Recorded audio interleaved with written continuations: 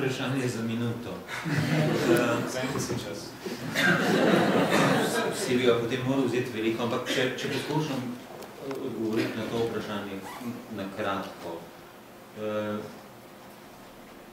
Šola v Sloveniji je približno notranje tako strukturirana kot družba.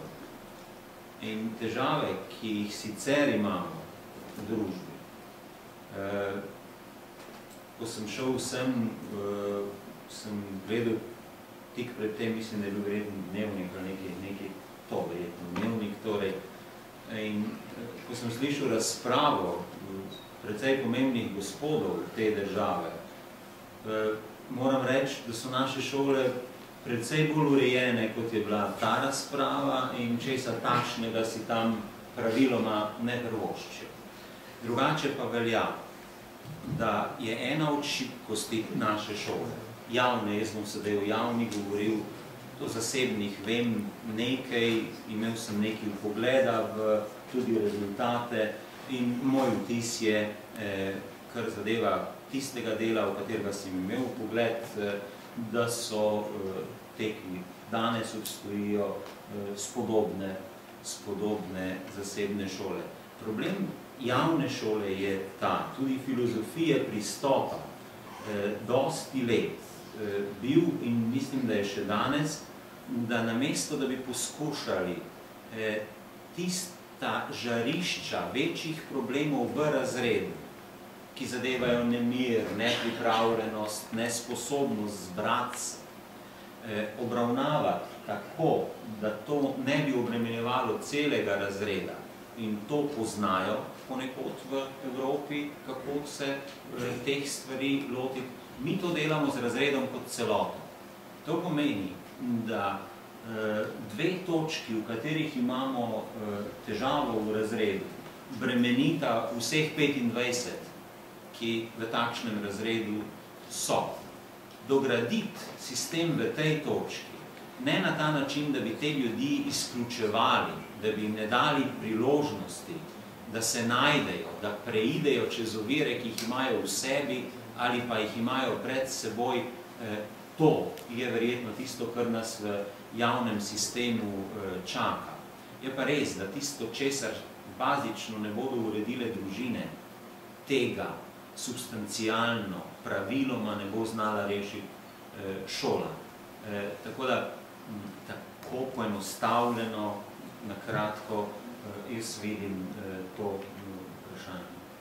Gospod Gerjol, bi morda še vi dodali. Hvala lepa, sem želel, ja.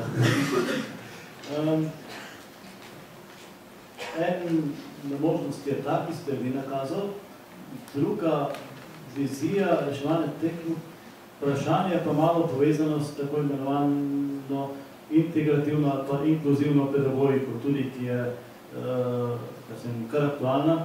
In sicer se mi zdi, je tudi premalo časa, da bi šli zdaj zelo strokovne podrobnosti, se zavedamo vsi, ampak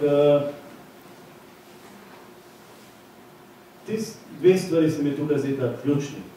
Ena je ta zadeva, da zakaj je prišlo celo na Finskem do streljanja, ki je nekako doslej veljalo kot ena taka idila šolskega, vzgojnega in izobraževalnega sistema. Eno vprašanje, ki čaka odgovore, je povezano s dajanjem priložnosti, po mojem občutku, mladim ljudem, da malo se preveč poenostavno sliši, ampak vendarle, da dobijo priložnosti spovedi, komunikacije, čisto takšni, kot so. In zdi se mi, da je naša šola globalno gledano precej povezana z nekim pritiskom po uspehu in nudi sorazmerno malo priložnosti za, bom rekel, narekovajih izpoved. Zato enostavno komunikacija. Drugi vidik je pa seveda s tem povezan, je pa povezan s tem inkluzivnim pristopom, se pravi, da razred oblikujemo kot skupnost, kjer bodo, da ne bom predolg, na tak način povezani, da bodo lahko čutili problem enega tudi kot nek izziv, kjer lahko vsi nekaj prispevajo.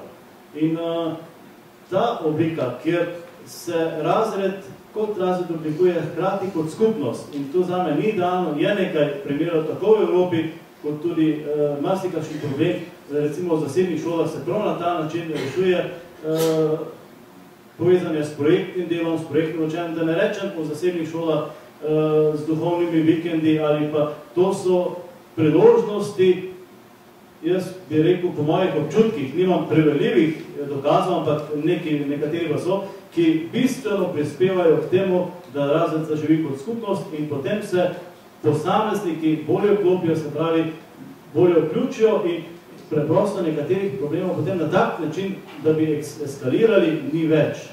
To dvoje, jaz vidim kot možna vizija in velik izziv za vzgojo, za vzgojno dimenzijo šole.